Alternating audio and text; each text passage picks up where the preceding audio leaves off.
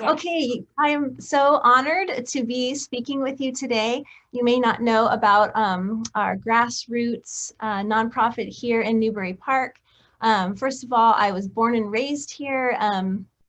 Thousand Oaks is so important to me, and the majority of the children that we serve are in Ventura County. So I'm just honored to be here to talk about James Storehouse. So our big North Star, what we focus on at James Storehouse, is breaking the generational cycle of abuse, neglect, and poverty. And we do that through our two underlying values of dignity and empowerment. So that is the foundation of everything that we do here at James Storehouse. Our mission is from cribs to college. We serve children in foster care, those who have aged out of foster care, children who have been sexually exploited, and also foster care prevention.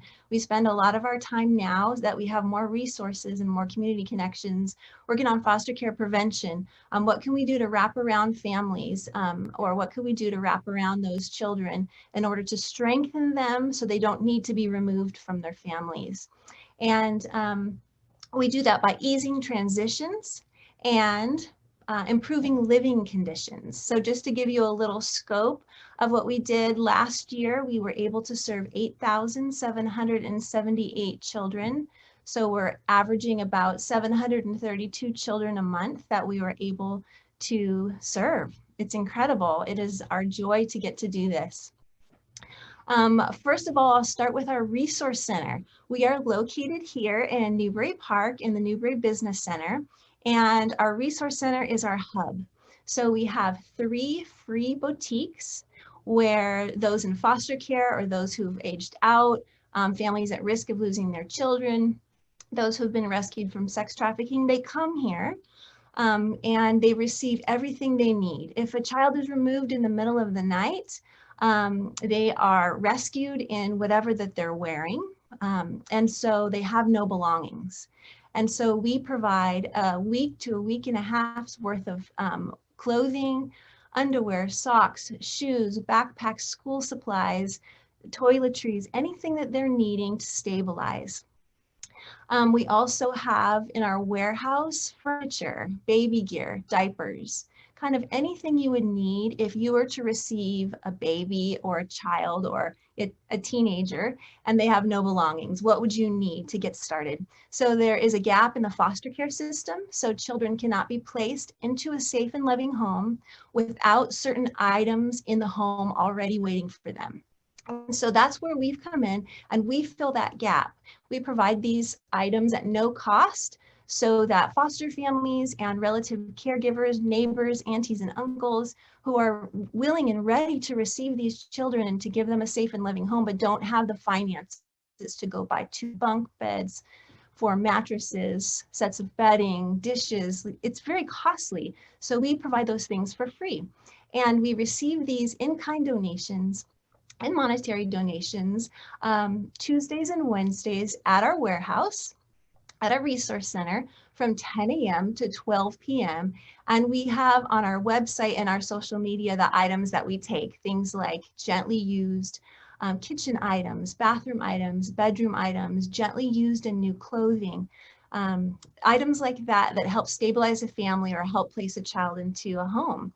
Last year, we received $1.75 million from the community through in-kind donations. So those people have such nice things that they would like to pass on to a family or a child in need, and we're able to do that.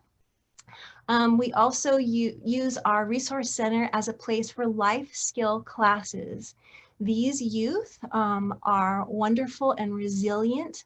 They've experienced so much trauma, but what can we do to strengthen them and help them? So we have 2 life skill different classes that we have each month, and we're planning to add more in the future. The first one is for teen parents that are in foster care. So these are our middle schoolers and our high schoolers who are all of a sudden parenting. They have a social worker, so they have that support from the county. And so we have life skill classes. So we teach them about parenting skills. We teach them about study skills. We teach them about communication. with their children, eye contact, everything you need to know about raising a child and having support. We also have those life skill classes for the youth, ages 13 to 17, who have been rescued from sex trafficking. We do that as well and teach them life skills. We teach them about like banking and checking accounts. We teach them about interview skills and how to fill out a job application. So we come along and wrap around them to strengthen them so that they can embrace their freedom. We also have events all throughout the year. We have large scale events, small scale events to encourage awareness and motivate community participation to help the children. Because as you may know or may not know, we can never show someone under 18 their face on social media. So children are in foster care, often overlooked and people don't know about them. We have a way of covering their faces to share their stories and to share their need, and having these community events so people can see how wonderful these children are, how wonderful these teens are, and they can participate and help in all kinds of ways. A large scale event we do every year is at the beginning of August. It's our back to school bash, where last year we had 550 foster youth from our community, and those aged out and going to college. They got to do a drive-through where they got a brand new backpack, school supplies, a brand new pair of tennis shoes. They deserve and they want to look just like their peers. And that keeps them in school, believe it or not. So we provide that for them. We also made it fun. We had Disney characters, cheerleaders, an ice cream truck, so they got to be entertained as they drove through. We try to do it in a dignifying and uplifting way for all of our events. A small scale event would be something like working with mentors and encouraging relationship. We learned over the years that emergency resources are very important and help stabilize, but it's the relationships that heal. And so we try to have events where we're building relationships, building trust with community members, with family members, so that they can heal and they can be strong. And I already talked about the donations that we receive here. So just to talk about our 3 free boutiques that we have at our James Storehouse Resource Center. The first one is the Baby Boutique. So we have everything from preemie clothing to 5T, and that is all in the Baby Boutique. Then we move to our Tween Boutique. That is 6-year-old to about 5th grade. It's all lined up on hangers, beautifully displayed. So it's very dignifying when you come in. They get a shopping bag with our label on it, so it looks like they've been somewhere to shop. And then we have our Teen Boutique, and that is for ages, well, sizes, I should say, men's and women's, extra small to 4 and 5 XL. We have all sizes of youth that come in.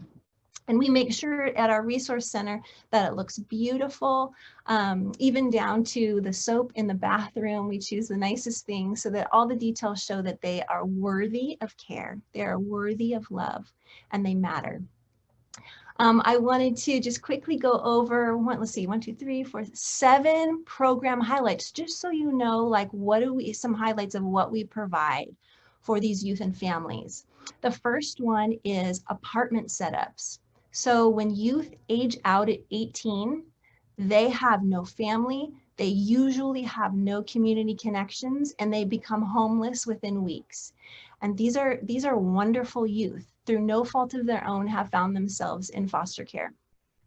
And so what we do with the social worker's help, just to back up, everyone comes to us through social worker referral, through the county, or through an agency.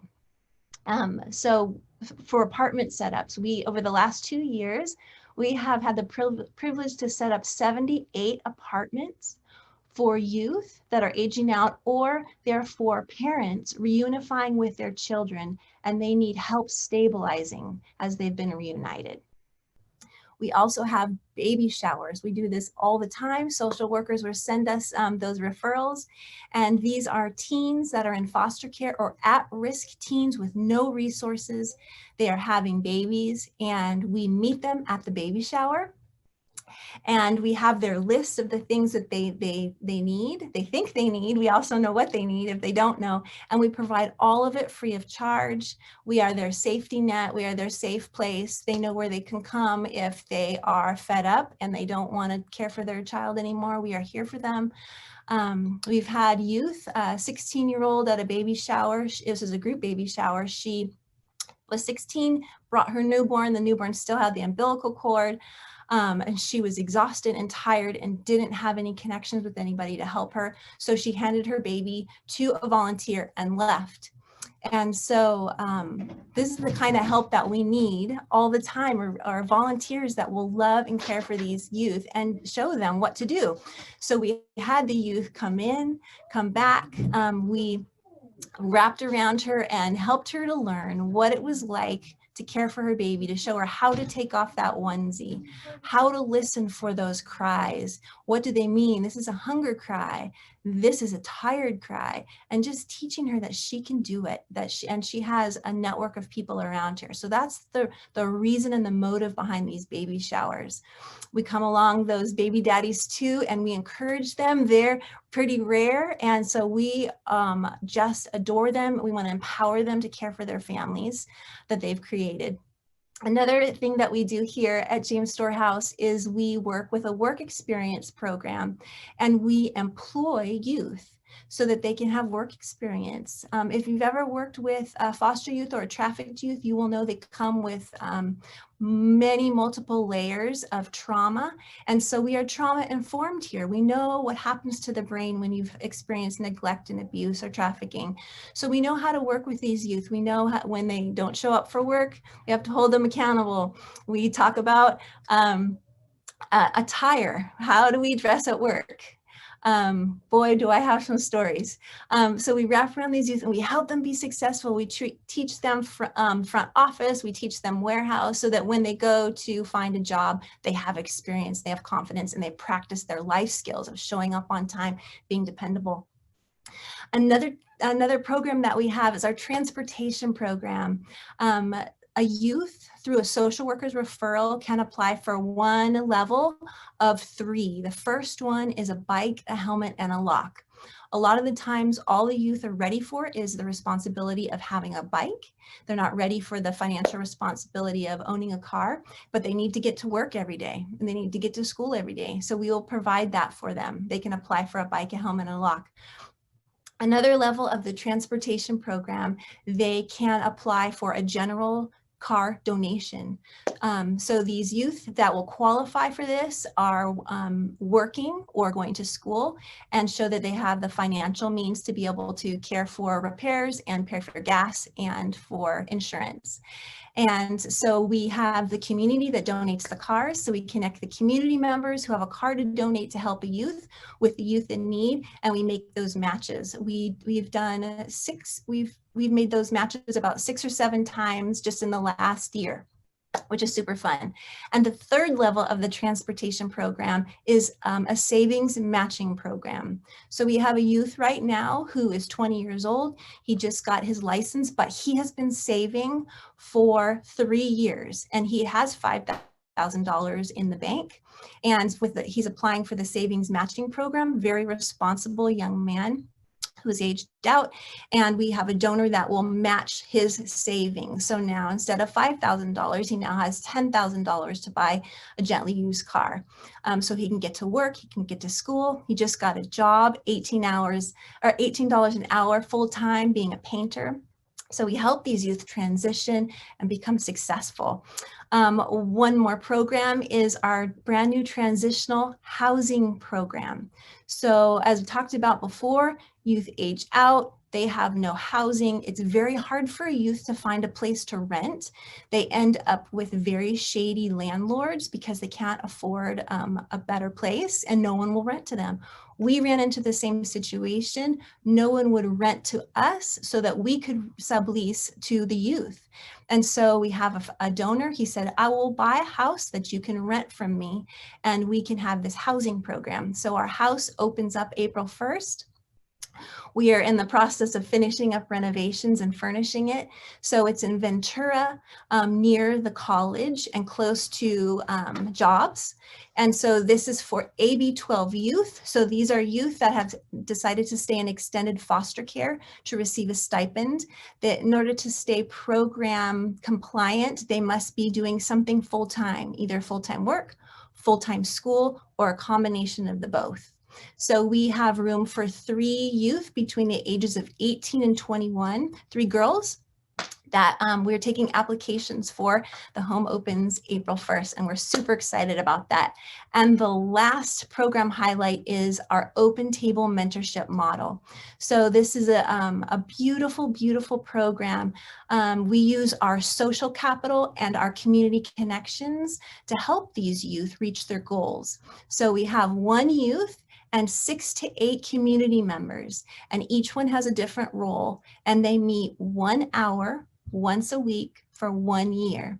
And the table is trained on how to work with youth that experience trauma and help them reach their goals. And they are a safe place. They're a place for friendship and relationship. And this is just an incredible program.